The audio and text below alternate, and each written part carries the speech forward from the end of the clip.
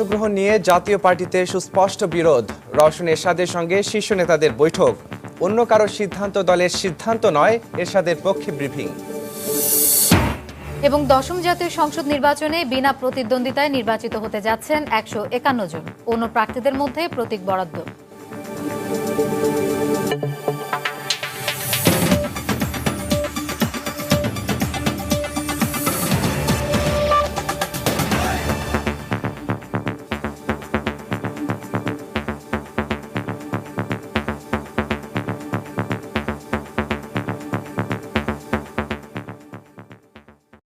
শহীদ বুদ্ধিজীবী দিবসে বিনম্র শ্রদ্ধা আর ভালোবাসায় জাতি স্মরণ করল শ্রেষ্ঠ সন্তানদের। রাষ্ট্রপতি মোহাম্মদ আব্দুল হামিদ, প্রধানমন্ত্রী শেখ হাসিনা ও বিরোধী দলীয় নেতা বেগম খালেদা জিয়া শনিবার ভোরে ফুল দিয়ে শ্রদ্ধা নিবেদন করেন মিরপুরে শহীদ বুদ্ধিজীবী স্মৃতিসৌধে। এরপর শ্রদ্ধা নিবেদনের জন্য সেখানে বিভিন্ন রাজনৈতিক, সামাজিক ও সাংস্কৃতিক সংগঠন ছাড়াও সাধারণ মানুষের ঢল নামে। বাঙালির জাগরণে এদেশের সূর্য সন্তান শহীদ বুদ্ধিজীবীদের ভূমিকা ছিল আলোকবর্তিকার। তাই তো ভোরের আলো ফোটার পরপরই সেই সব শহীদদের স্মরণে মিরপুর শহীদ বুদ্ধিজীবী স্মৃতিস্তম্ভে শ্রদ্ধা জানায় যেন পুরো বাংলাদেশ। ভোরের আলো ফোটার পরপরই শহীদ বেদিতে শ্রদ্ধা জানান রাষ্ট্রপতি মোহাম্মদ আব্দুল হামিদ ও প্রধানমন্ত্রী শেখ হাসিনা। এ সময় সশস্ত্র সালামের সঙ্গে বেজে ওঠে বিউগলের করুণ সুর। যুদ্ধাপরাধীদের বিচারের রায় কার্যকর শুরু হওয়ায় এবার ভিন্ন মাত্রা পায় শহীদ বুদ্ধিজীবী দিবস। অনেকেই বলছে যে বিচারই হবে না। সন্দেহবান যারা ছিল তাদেরকে প্রমাণ করেছেন। জননেতা শেখ হাসিনা যে কথা বলেন সেটা কার্যকর করে তিনি শেষ। আগামীতে আরো বাকি যারা যুদ্ধাপরাধী রয়েছে তাদের বিচার কার্যক্রম শেষ হবে এবং রায় কার্যকর করা হবে। বিদেশেও যারা আছে তাদেরকেও দেশে ফিরিয়ে আনা হবে। সবকিছুই পসিবল। আওয়ামী লীগ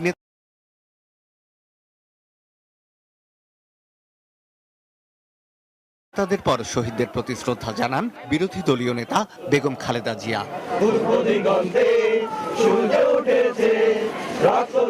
বেলা বাড়ার সাথে সাথে স্মৃতির মিনারে ঢল নামে মানুষের। শ্রদ্ধাবনত মানুষের প্রত্যাশা বাকি যুদ্ধাপরাধীদের বিচারের রায়ও কার্যকর হবে দ্রুত। গত 42 বছর ধরে জাতির সূর্য সন্তানদের স্মরণ করা হয়েছে কুণ্ঠা নিয়ে, স্মরণ করা হয়েছে রক্তঋণ শোধ না করতে পারার বেদনা নিয়ে। তারপরও শত অনিশ্চয়তা আর আশঙ্কাকে পেছনে ফেলে যখন বাস্তবায়ন হতে শুরু করেছে যুদ্ধাপরাধীদের বিচারের রায়, তখন এই শীতের সূর্যোদয় যেন আভাস দিচ্ছে নতুন এক আলোর। শাহ আলী জয়, সময় সংবাদ, ঢাকা। এদিকে মিরপুর শহীদ বুদ্ধিজীবী স্মৃতিসৌধে আসা হাজারো মানুষের কণ্ঠে ছিল সব যুদ্ধাপরাধীকে শাস্তি দিয়ে জাতিকে কলঙ্কমুক্ত করার দাবি। সালাউদ্দিন সুমনের রিপোর্ট। ছোট্ট শলাকার উপর গুটি কয়েক ফুলে শহীদ বুদ্ধিজীবীদের শ্রদ্ধা জানাতে অবচেতন মনে এভাবেই স্মৃতির মিনার গড়ে তোলে এই শিশুরা। মিরপুরের শহীদ বুদ্ধিজীবী স্মৃতিসৌধে যখন হাজারো মানুষের ঢল, তখন পাশেই নিবিষ্ট মনে চলছিল তাদের এই কর্মতৎপরতা। সূর্য ওঠার আগেই ফুলে ফুলে ছেয়ে যায় শহীদ বেদি। মানুষের আনাগোনায় মুখর হয়ে ওঠে চারপাশ। শোকের মিছিলে এবার ছোটদের অংশগ্রহণ ছিল চোখে পড়ার মতো। আমরা শহীদ বুদ্ধিজীবী দিবস উপলক্ষে যারা মুক্তিযুদ্ধে 14 ডিসেম্বর শহীদ হয়েছে তাদের শ্রদ্ধাঞ্জলি দিতে আসছি। আমাদের দাবি, আমরা যারা বুদ্ধিজীবীদের হত্যা করেছে তাদের আমরা ফাঁসি চাই। শ্রদ্ধা জানাতে আসা সব শ্রেণী পেশার মানুষের মুখেই উচ্চারিত হয় যুদ্ধাপরাধীদের বিচারের দাবি। কণ্ঠে ছিল কাদের মোল্লার রায় কার্যকর হওয়ার সন্তুষ্টি। তারা যে রক্ত দিয়ে দেশ স্বাধীন করেছে, আজ কাদের মোল্লার ফাঁসির মাধ্যমে তাদের আত্মা শান্তি পাবে। যারা এই বাংলায় থেকে নানাবিধ অপরাধ করছে তাদের শাস্তি আমরা চাচ্ছি এই বাংলায়। আমরা আশা করব সকল যুদ্ধাপরাধীদের ফাঁসির রায় যেন কার্যকর হয়। যাদের আত্মত্যাগের মাধ্যমে অর্জিত হয়েছে স্বাধীনতা, সেই বীর শহীদদের প্রতি শ্রদ্ধায় অবনত গোটা জাতি। এই শোককে শক্তিতে রূপান্তরের মাধ্যমেই বাংলাদেশ গোটা বিশ্বে মাথা উঁচু করে দাঁড়িয়ে থাকবে, এমনটি প্রত্যাশা সবার। মিরপুরের শহীদ বুদ্ধিজীবী স্মৃতিসৌধ থেকে সালাউদ্দিন সুমন, সময় সংবাদ।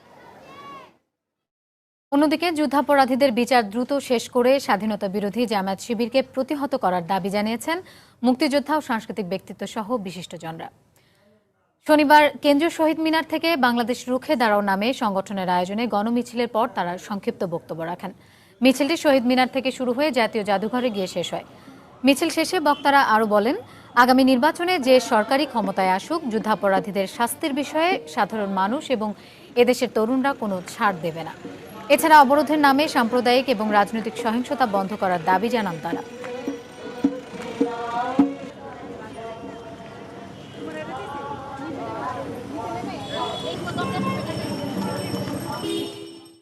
তরুণেরাই কিন্তু একটা সরকারকে বাধ্য করেছে যুদ্ধাপরাধীদের বিচারটা তাদের ম্যানিফেস্টোতে রাখার জন্য এবং যুদ্ধাপরাধীদের বিচার করার জন্য। এই তরুণেরা আমাদের বাংলাদেশকে আবার সামনে এগিয়ে নিয়ে যাবে। দাবি করব মুক্তিযুদ্ধের যে বাংলাদেশের স্বপ্ন আমরা দেখেছিলাম, সেই বাংলাদেশ প্রতিষ্ঠার পথে যে কোনো বাধাই আসুক না কেন সমবেতভাবে আমরা তা অপসারণ করব। ক্ষমতায় থাকতে হয় কিংবা বিরোধী দলেই থাকতে হয়, মুক্তিযুদ্ধের প্রতি যাদের আনুগত্য নেই, মুক্তিযুদ্ধকে যারা অস্বীকার করে কিংবা সহজ ভাষায় শুধুমাত্র যারা মুক্তিযুদ্ধের প্রতি অনুগত সত্যনিষ্ঠ, তারাই এই দেশে রাজনীতি করতে পারবেন, অন্য কেউ না। শনিবার বুদ্ধিজীবী দিবসেও দেশের বিভিন্ন স্থানে নাশকতা চালিয়েছে জামায়াত শিবির। এর মধ্যে পুলিশ ফাঁড়ি ছাড়াও সরকারি বেসরকারি বিভিন্ন ভবন ও ব্যবসা প্রতিষ্ঠানে বোমা হামলা, ভাঙচুর ও অগ্নিসংযোগ করা হয়েছে। আইন শৃঙ্খলা বাহিনীর সঙ্গে সংঘর্ষে নোয়াখালীর কোম্পানিগঞ্জে ৩ জন নিহত হয়েছেন। এদিকে নীলফামারীতে সংসদ সদস্য আসাদুজ্জামান নূরের গাড়ি বহরে চালানো হামলায় 5 জনের মৃত্যু হয়েছে। এসব ঘটনায় পুলিশসহ আহত হয়েছে শতাধিক। জেলা প্রতিনিধিদের পাঠানো তথ্য ও ছবি নিয়ে প্রতিবেদন। পুলিশ ও প্রত্যক্ষদর্শীরা জানান, জামাতের ডাকা রোববারের হরতালের সমর্থনে শনিবার বিকেলে নোয়াখালীর কোম্পানিগঞ্জে মিছিল বের করে জামাত শিবির কর্মীরা। এ সময় বাধা দিতে গেলে পুলিশকে লক্ষ্য করে ইটপাটকেল ছুড়তে শুরু করে তারা। এছাড়া উপজেলা পোস্ট অফিস, পল্লী উন্নয়ন ভবন, ভূমি জরিপ কার্যালয়, পরিবার পরিকল্পনা ও আনসার ভিডিপি কার্যালয় সহ সরকারি বিভিন্ন গুরুত্বপূর্ণ ভবন এবং বেশ কিছু যানবাহন ভাঙচুর করে আগুন দেয় তারা। পরে টিয়ারশেল ও রাবার বুলেট নিক্ষেপ করে পরিস্থিতি নিয়ন্ত্রণে আনে আইন শৃঙ্খলা রক্ষাকারী বাহিনীর সদস্যরা। সংঘর্ষে 3 পুলিশ সহ কমপক্ষে 30 জন আহত হন। এদিকে শনিবার সন্ধ্যায় নীলফামারীর রামগঞ্জে সংসদ সদস্য আসাদুজ্জামান নূরের গাড়ি বহরে হামলা চালায় জামাত শিবির কর্মীরা। এ সময় সংঘর্ষে ক্ষমতাসীন দলের 4 জন এবং জামাতের 1 জন নিহত হন। এছাড়া পুলিশ সহ আহত হয় শতাধিক। নারায়ণগঞ্জের চাষাড়া ও হাজীগঞ্জ পুলিশ ফাঁড়িতে পেট্রোল বোমার বিস্ফোরণ ঘটায় শিবির কর্মীরা। এতে ফাঁড়ির জানালা দরজা কিছুটা ক্ষতিগ্রস্ত হলেও কেউ হতাহত হননি বলে জানিয়েছে পুলিশ। এছাড়া বেশ কিছু গাড়িও ভাঙচুর করে শিবির কর্মীরা। পরে ঘটনাস্থল থেকে 4 জনকে আটক করে পুলিশ। পাবনার সাথিয়ায় আওয়ামী লীগ জামাত সংঘর্ষে কমপক্ষে 10 জন আহত হন। এছাড়া বাগেরহাটের কচুয়ায় আওয়ামী লীগ কার্যালয় সহ বেশ কিছু ব্যবসা প্রতিষ্ঠানে ভাঙচুর করে আগুন, সাতক্ষীরায় ককটেল বিস্ফোরণ এবং জয়পুরহাটে যানবাহন ভাঙচুর করে আগুন দেয় শিবির কর্মীরা। তারেকুজ্জামান শিমুল, সময় সংবাদ। প্রধানমন্ত্রী শেখ হাসিনা বলেছেন, বিজয়ের মাসে জামায়াত শিবিরকে দিয়ে মানুষ হত্যা করছেন বিরোধী দলীয় নেতা। যুদ্ধাপরাধীদের বাঁচাতে তিনি নির্বাচনে না গিয়ে জনগণের বিরুদ্ধে যুদ্ধ ঘোষণা করেছেন বলেও মন্তব্য করেন প্রধানমন্ত্রী। শনিবার বিকেলে রাজধানীতে শহীদ বুদ্ধিজীবী দিবসের এক আলোচনা সভায় বক্তব্য রাখেন তিনি। এ সময় আরও কঠোর হস্তে সহিংসতা দমন করা হবে বলে হুঁশিয়ারি উচ্চারণ করেন শেখ হাসিনা। আওয়ামী লীগ আয়োজিত বুদ্ধিজীবী দিবসের আলোচনা সভায় বক্তারা বলেন, প্রথম যুদ্ধাপরাধীর বিচারের রায় কার্যকর হয় এবারের বুদ্ধিজীবী দিবস নতুন মাত্রা পেয়েছে। নানা ষড়যন্ত্র ও চাপ উপেক্ষা করে রায় কার্যকর করায় প্রধানমন্ত্রীকে ধন্যবাদ জানান শহীদ পরিবারের সদস্য শাহিন রেজা নূর। বিগত 42 বছর আমরা বাংলার পথে প্রান্তরে অস্ফুট আর্তনাদ করে ফিরেছি যেন এই ঘাতকদের বিচার হয়, কিন্তু গত 2 দিন ধরে মাকে মনে পড়ে, আমার মাকে মনে পড়ে। অনুষ্ঠানে শেখ হাসিনা বলেন, এবারের বুদ্ধিজীবী দিবসের আগে অন্তত 1 জন যুদ্ধাপরাধীর রায় কার্যকর করাই ছিল তার লক্ষ্য। তিনি বলেন, 75-এর পর জিয়াউর রহমান যুদ্ধাপরাধীদের বিচার বন্ধ করে তাদের প্রতিষ্ঠিত করেছে, আর খালেদা জিয়া যুদ্ধাপরাধীদের বাঁচাতেই নির্বাচন বয়কট করছেন। এই বিজয়ের মাসে ওই জামাত শিবিরকে নিয়ে কিভাবে আন্দোলনের নামে মানুষ হত্যা করতে পারে বিএনপি নেত্রীর কাছে, সেটাই আমার প্রশ্ন। কার বিরুদ্ধে যুদ্ধ? এদেশের জনগণের বিরুদ্ধে, যারা এদেশের স্বাধীনতায় বিশ্বাস করে না, তাদের পাশে থেকে তিনি জনগণের বিরুদ্ধে যুদ্ধ ঘোষণা করেছেন।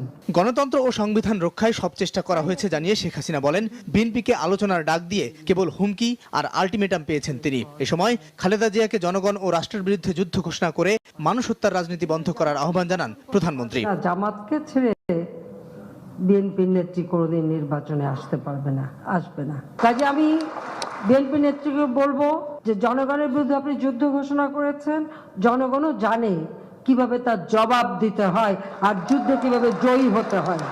আমরা অনেক ধৈর্যের পরিচয় দিয়েছি, কিভাবে এটা দমন করতে হয় সেটা আমাদের জানা আছে।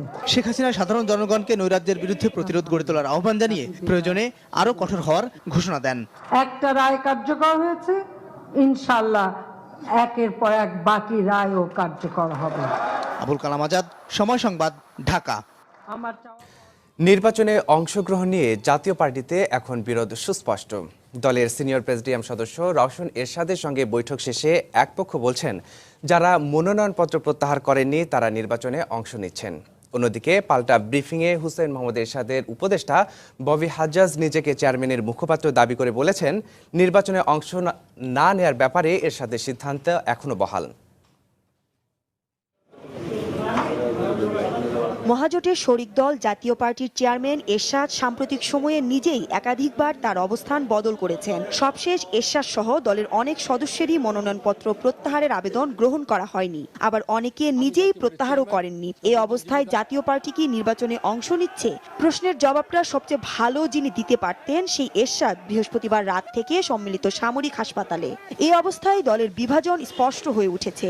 গত কয়েকদিনের মতো শনিবার সকাল থেকেই জাতীয় পার্টির নেতাকর্মীদের আনাগোনা বাড়তে থাকে দলের সিনিয়র প্রেসিডিয়াম সদস্য রওশন এরশাদের গুলশানের বাসভবনে। দুপুর 1টার পর সেখানে একে একে আসতে থাকেন জিয়াউদ্দিন বাবলু, আনিসুল ইসলাম মাহমুদ, কাজী ফিরোজ রশিদ সহ দলের বেশ কয়েকজন প্রেসিডিয়াম সদস্য। চলে টানা 3 ঘন্টার বৈঠক। বৈঠক শেষে বিকেলে বেরিয়ে যাওয়ার সময় দলের প্রেসিডিয়াম সদস্য তাজুল ইসলাম চৌধুরী সাংবাদিকদের জানান, দলের যেসব প্রার্থী মনোনয়নপত্র প্রত্যাহার করেননি তারা নির্বাচনে অংশ নেবেন। নমিনেশন পেপার জমা দিয়েছেন, উইথড্র করেন নাই, তাহলে মানেটা কি? মানেটা হলো আপনি নির্বাচনে যাচ্ছেন। তবে এই বক্তব্য গণমাধ্যমে প্রচারের ঘণ্টাখানেকের মধ্যেই পাল্টা বক্তব্য নিয়ে হাজির এরশাদের বিশেষ উপদেষ্টা ববি হাজ্জাজ। বললেন, নির্বাচনের পরিবেশ না থাকায় দলের চেয়ারম্যান এখনো তার সিদ্ধান্তে অনড় রয়েছেন। তাজুল ইসলাম সাহেব কিছু একটা স্টেটমেন্ট দিয়েছেন প্রেসের কাছে, সেটা জাতীয় পার্টির চেয়ারম্যানের স্টেটমেন্ট হতে পারে না। জাতীয় পার্টির চেয়ারম্যান সেই কর্তব্যটা আমাকে দিয়েছেন। উনি এই ইলেকশনের সাথে নেই, এবং যেহেতু উনি নেই, উনার প্রেসিডিয়াম নেই, সেহেতু জাতীয় পার্টি থাকতে পারে না। এ বিষয়ে সন্ধ্যায় সংবাদ সম্মেলনের মাধ্যমে রওশন এরশাদ দলের অবস্থান স্পষ্ট করবেন বলে দলের কয়েকজন প্রেসিডিয়াম সদস্য নিশ্চিত করলেও পরে জানানো হয় তিনি অসুস্থ বোধ করায় সাংবাদিকদের সাথে কথা বলবেন না। মৌসুম ইসলাম, সময় সংবাদ, ঢাকা। মধ্যরাতের সময় আরো থাকছে। ঢাকা চট্টগ্রামে পণ্য পরিবহন ব্যবস্থা সচল রাখতে পুলিশি পাহারায় চলছে ট্রাক ও কাভার